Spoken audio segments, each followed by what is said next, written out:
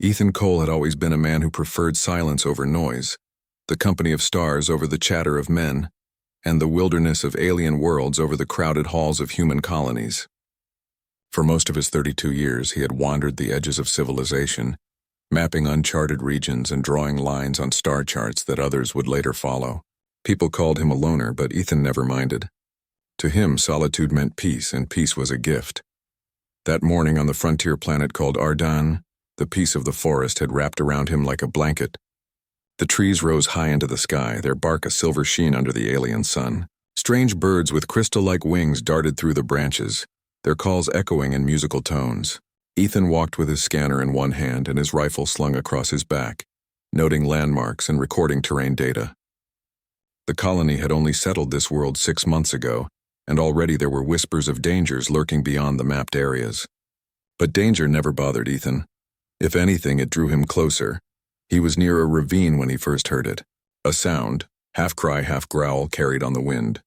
Ethan froze, head turning toward the sound. It came again, sharp and pained, from somewhere deeper in the forest. It wasn't the call of any animal he recognized. Something in that voice carried fear. He could have ignored it. The official protocol was clear. Do not interfere with unknown intelligent species until first contact teams are deployed. His orders were to map the terrain, not play hero. But Ethan's instincts, the same instincts that had carried him through battles in his younger years, told him that a life was in danger. He adjusted his grip on the scanner, slung it to his side and unslung his rifle. Quietly, he made his way through the underbrush, stepping carefully to avoid the dry leaves that crackled beneath his boots. His eyes scanned every shadow. The forest seemed to hold its breath as he moved. After several minutes, he reached the source of the sound. At the edge of the ravine, half hidden by ferns, lay a figure. Ethan's eyes narrowed as he took in the sight. At first glance, she looked human, but only at first glance. Her body was small and slender but strong, dressed in torn leather-like cloth. Ears, furred and sharp like a wolf's, twitched weakly atop her head. A long tail lay limp in the dirt. Her skin had a faint silver tint under the sun, and her amber eyes, half-lidded and unfocused, glowed faintly even in pain. Blood stained the ground beneath her side. She was breathing, but shallowly. Ethan crouched beside her. His heart pounded in his chest. She was no mere animal. She was intelligent. He could see it in her eyes, the way they focused on him for just a moment before slipping closed again. A voice whispered in the back of his mind, "Don't interfere." This could cause trouble for the colony, but the other voice, the one that always spoke louder in moments like these, said, "She's dying. Help her." Ethan sighed under his breath. "Well, looks like it's just you and me, stranger." He slung his rifle and reached for his med kit. Carefully, he checked her wound. A deep gash cut across her ribs, likely from claws or teeth of some predator. He sprayed a layer of biofoam into the wound, sealing it, then wrapped it with a field bandage. The girl stirred and let out a weak growl, her hand twitching toward his arm. "Easy," Ethan muttered softly.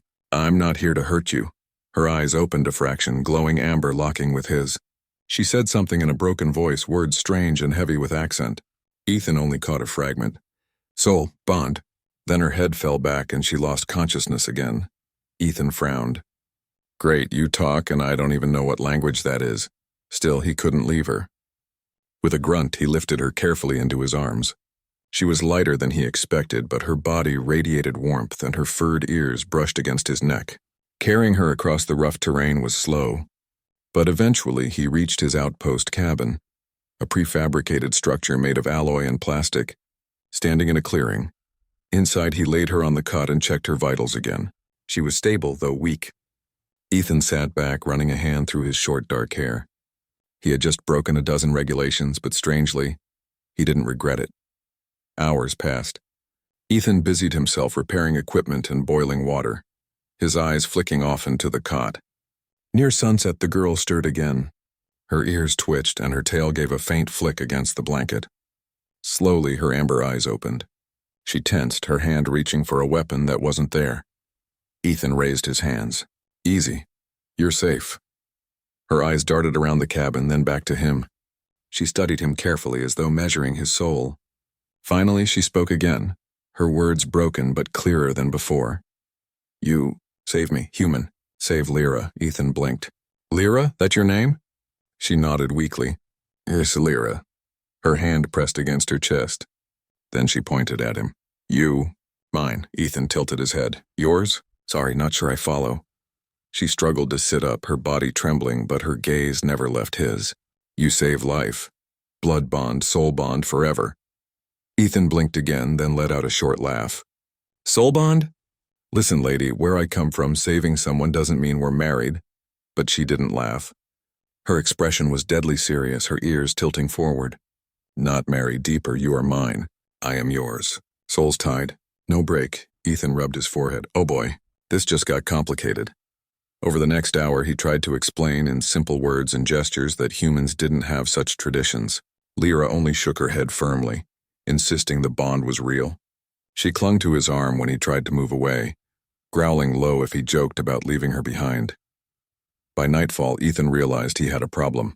If her people believed in this soul bond, they might not take kindly to him denying it. Worse, if word reached the colony, it could cause political trouble. He was still thinking it over when a sound outside snapped his attention. Low growls, heavy footsteps circling the cabin. Lyra's ears twitched. She sat up, eyes glowing faintly. Hunters, she whispered. They follow me. Ethan grabbed his rifle and moved to the door. Outside, shapes moved in the darkness. Large reptilian beasts, their scales glistening under the moonlight, eyes burning red. The first one lunged. Ethan fired, his rifle cracking the night. The beast fell, but two more charged. Lyra staggered to her feet, ignoring her wounds. With a fierce cry, she leapt forward, claws flashing. She moved with inhuman speed, slashing through scales as if they were paper. Ethan shot down another beast that tried to flank her. The fight was brutal. The predators were strong, their teeth snapping inches from Ethan's arm. But together, human and wolf girl fought as though they had trained for years. Her claws struck where his bullets missed. His shots covered her when she faltered. At last, the beast lay dead in the clearing. Ethan panted, sweat dripping down his brow. Lyra stood tall despite her injuries, her amber eyes glowing bright in the moonlight. She turned to him, her voice steady and certain. See? We fight as one. You feel it, soulmates. Ethan opened his mouth to argue, but the words died. In truth, he had felt it, an unspoken rhythm between them, a flow that made them move as a single unit. He had never fought like that with anyone before. He lowered his rifle slowly. Maybe there's something to it. Lyra stepped closer, her hand brushing his arm. Her ears twitched and her tail swayed gently. No, maybe it is fate. You saved me. Now you cannot leave, ever. Ethan sighed. And here I thought I liked being alone. But deep inside, he knew his life had just changed forever. The next morning, Ethan Cole woke to the sound of soft breathing. He blinked his eyes open and found Lyra curled near the cot, her wolf-like ears twitching at every sound outside. She had refused to sleep far from him, insisting that her place was at his side. Even after their bloody battle with the hunters the night before, her determination had not weakened. Ethan rubbed his eyes and sat up. The cabin was quiet except for the hum of his power unit. Outside, mist clung to the trees and sunlight filtered down in broken rays. For a brief moment, he thought maybe he could convince himself that everything was normal again. But then Lyra's amber eyes opened and she gave him a small wolfish smile. You still here? She said in her broken but improving speech. Yeah, Ethan muttered. Still here. He ran a hand through his hair. Guess I didn't dream any of it. Lyra tilted her head.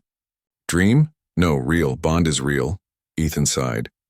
He had spent most of the night wondering how to explain to her and to himself that their cultures didn't work the same way. But when he looked at her, he saw not only the stubborn certainty in her eyes, but also something softer. Trust. She believed completely that fate had tied them together. Before he could respond, a sound cut through the forest outside. Drums, low and rhythmic, echoing between the trees. Lyra's ears shot upright. She stood, her tail flicking with nervous energy. My people, she whispered. They come. Ethan's stomach tightened. He had expected this moment, but not so soon. He reached for his rifle but lowered it again. He couldn't meet her people armed to the teeth. Within minutes, shapes emerged from the mist. Tall figures with silver-furred ears, sharp eyes, and armor made from bone and living vines. Each carried weapons that seemed part metal, part organic, spears that pulsed with blue light and blades that shimmered like crystal. They moved like hunters, surrounding the clearing in silence, At their center came an older Fenrian, his fur streaked with white, his eyes deep gold. He carried a staff carved with symbols. When he saw Lyra, relief softened his face. But when his gaze fell on Ethan, his expression hardened.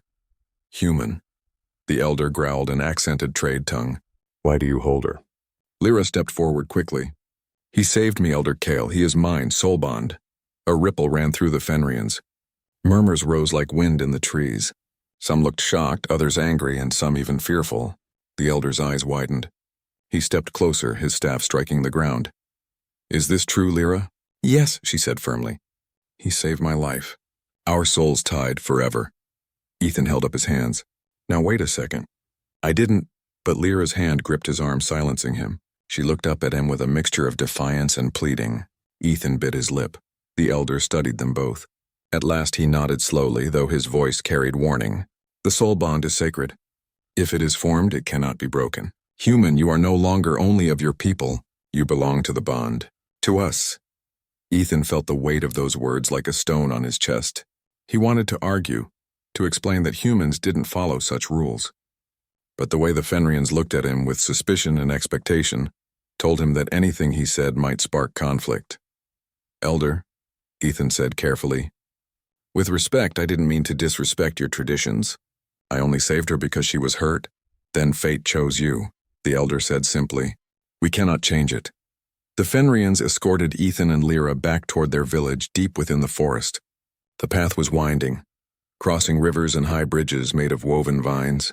The village itself was a breathtaking sight.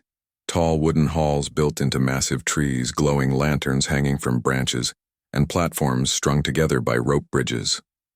Fenrian children with bright eyes peeked out, whispering when they saw the human walking beside Lyra.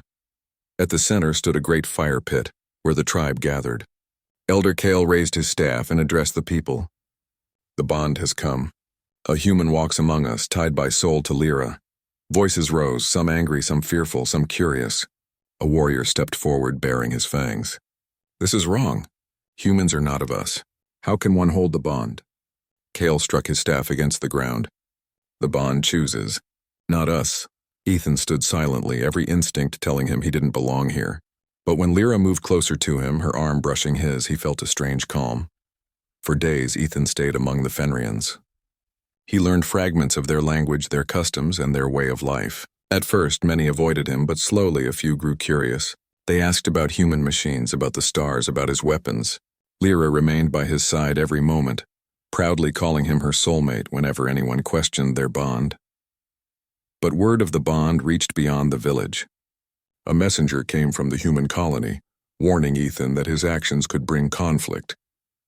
The colonial leaders wanted him back immediately. They feared that if Fenrians believed humans could steal their daughters with bonds, war might follow. Ethan stood in the center of the village as Lyra clung to his arm, her eyes wide with fear. You not go, she said. If go, bond break. Both die. That's not how it works, Ethan tried to say, but he wasn't sure anymore. Deep inside, he did feel something. A thread pulling between them, unexplainable, real. Before he could decide, the forest erupted with screams. Hunters, the reptilian predators, were back, but in numbers greater than before. Dozens of them poured from the trees, eyes glowing red, jaws snapping. They tore through huts and leapt onto bridges. Panic swept the Fenrians.